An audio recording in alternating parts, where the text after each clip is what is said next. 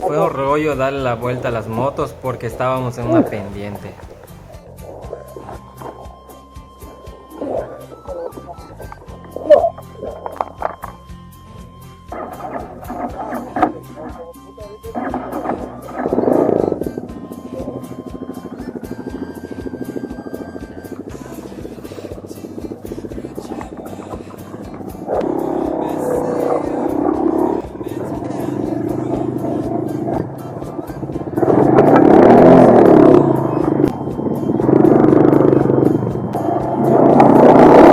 Nos vemos en la siguiente motoventura.